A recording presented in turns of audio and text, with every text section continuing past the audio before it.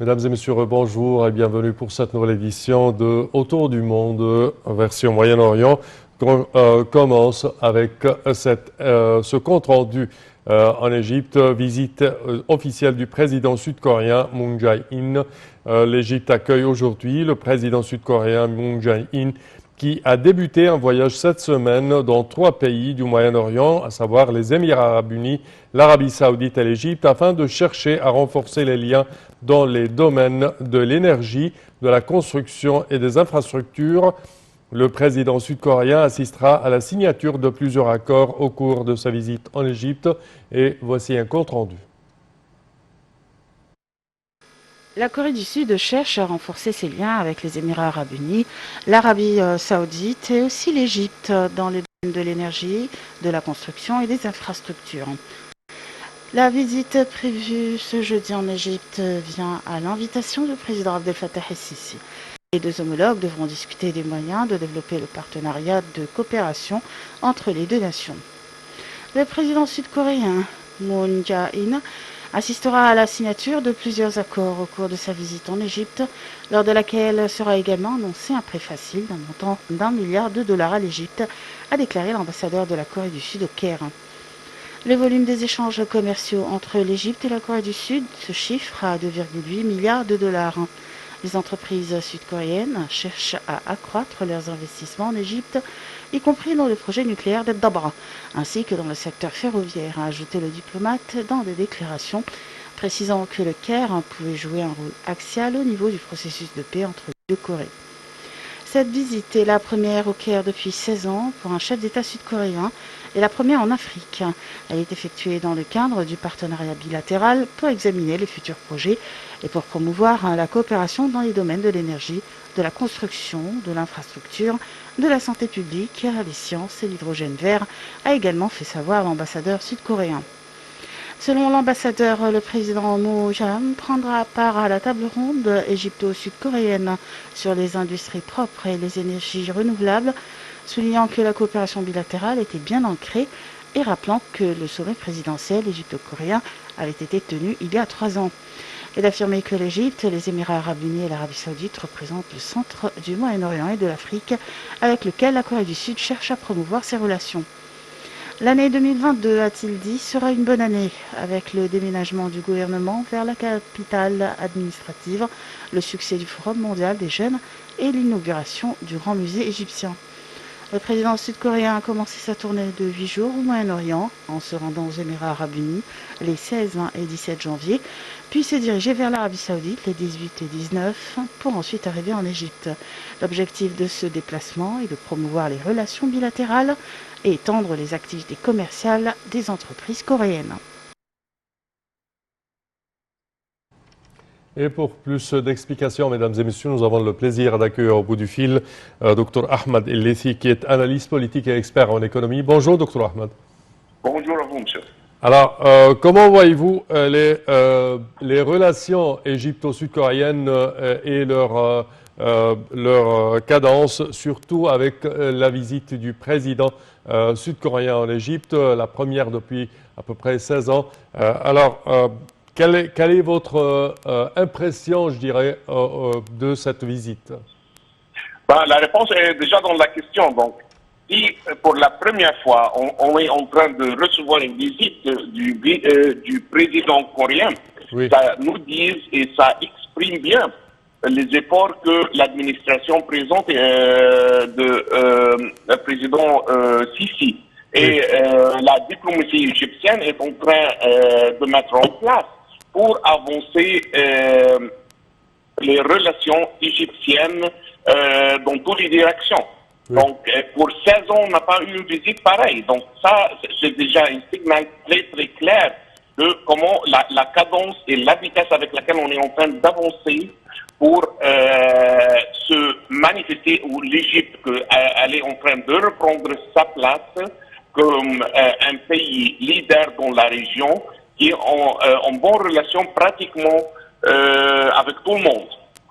La Corée, c'est une force industrielle stratégique très très importante. Et ce qui est très intéressant pour la Corée, que la Corée n'est pas une des pays qui est traditionnellement industriel. Donc, c'est une nouvelle pays qui était dans un état lamentable avec après la guerre, il y a presque 50 ans. Et elle a bien pu se reconstruire très rapidement, se mettre en place et devenir un des leaders mondial dans le domaine, par exemple, des téléphones, des technologies, des voitures et de moyens de transport. Donc, oui. ça, c'est une expérience qui est très relative de l'expérience égyptienne ou le trajet que le président Sisi essaye de mettre l'Égypte sur. Oui. Donc là, on a pas mal de choses à apprendre pour où ils sont, le transfert de technologie ou tout ça, mais oui. En même temps, ce qui est très important, c'est apprendre le trajet.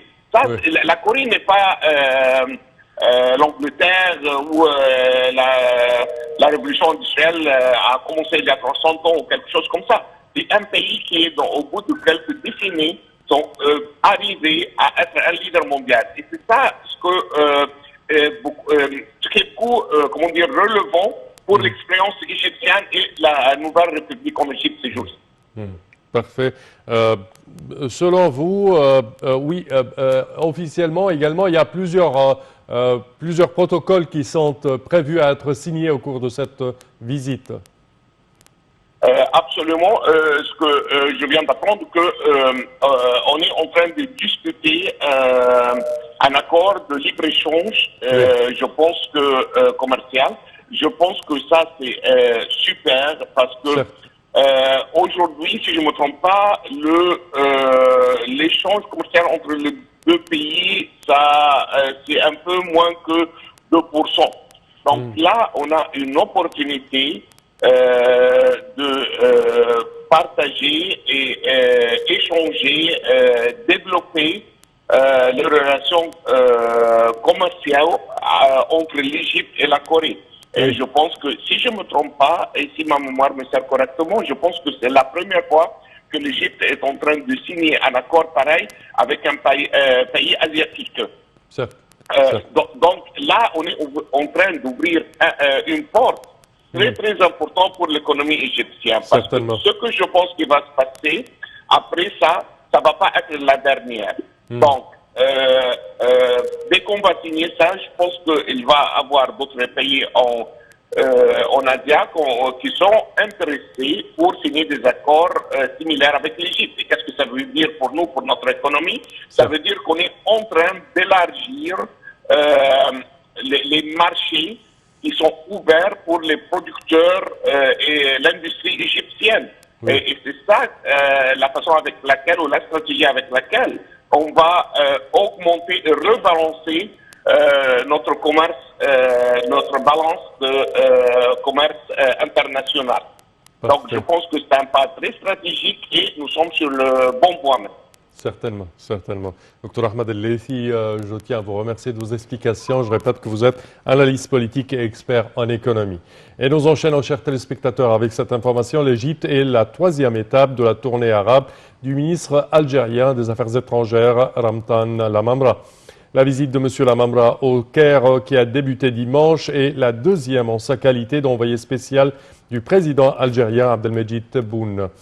Lors de discussions avec le ministre des Affaires étrangères Sameh Choukri, les deux hommes se sont mis d'accord sur la nécessité de mettre terme à toute ingérence étrangère dans les affaires de la Libye et d'évacuer tous les mercenaires et combattants étrangers du territoire libyen.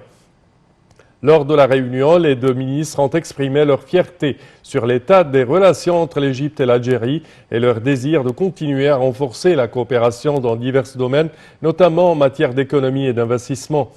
Les ministres égyptiens et algériens ont abordé plusieurs questions d'intérêt commun, en particulier les derniers développements au Soudan, au Mali et dans la région du Sahel et du Sahara. Ils ont par ailleurs réaffirmé la nécessité d'une coordination dans le cadre d'une action africaine commune pour renforcer les efforts visant à instaurer la paix, la sécurité et la prospérité sur le continent, notamment face aux divers défis qui se posent en matière de sécurité. Enfin, ils ont insisté sur l'importance de faire progresser les efforts arabes dans le cadre de la Ligue arabe. Et nous passons en Syrie où 12 policiers blessés dans une attaque contre un bus dans le sud du pays. 12 membres des forces de sécurité intérieures ont été blessés hier dans une attaque à l'engin explosif contre un bus dans la province méridionale de Deraa. C'est ce qu'a indiqué l'agence de presse officielle Sana.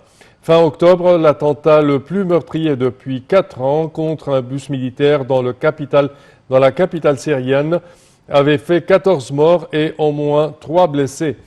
Selon l'Observatoire syrien des droits de l'homme, l'OSDH, une ONG basée au Royaume-Uni et qui dispose d'un vaste réseau de sources en Syrie, 20 attaques ont été recensées depuis le début de l'année dans la province de Deraa, faisant 16 morts, dont 8 civils. Malgré les désaccords d'évacuation, des rebelles sont toujours présents dans les quartiers sud de la ville et dans quelques secteurs de la province.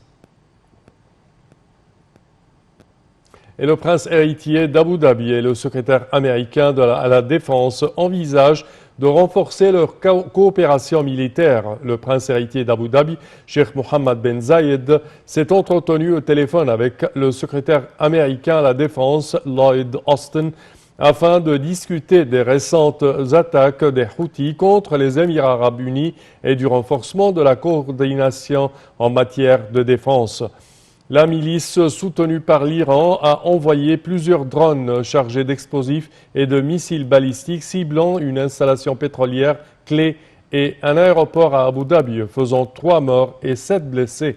Sheikh Mohammed et M. Austin ont abordé la coopération militaire et sécuritaire et la coordination entre les deux pays dans différents domaines et de la défense à la suite des attaques terroristes.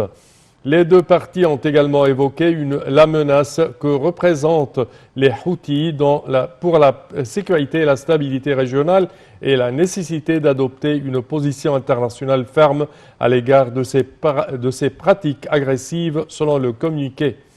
Au cours de cet appel, M. Austin a réitéré la condamnation des attaques par les États-Unis et a affirmé que son pays se tenait aux côtés des Émirats arabes unis face aux menaces pesant sur leur sécurité et leur intégrité territoriale. Les deux hommes ont par ailleurs examiné les relations bilatérales stratégiques et les développements régionaux et internationaux d'intérêt commun. Et la police israélienne détruit la maison d'une famille palestinienne à Jérusalem-Est. La police israélienne a détruit hier la maison d'une famille palestinienne dans le quartier sensible de Sheikh Jarrah, devenu le symbole de la lutte contre la colonisation israélienne à Jérusalem-Est. Mettant en exécution un ordre controversé d'expulsion, des policiers ont évacué de leur maison les membres de la famille Salhiya, menacés d'expulsion depuis 2017 et objet d'une campagne de soutien dans les territoires palestiniens et à l'étranger. C'est ce qu'a indiqué la police en faisant état de 18 arrestations.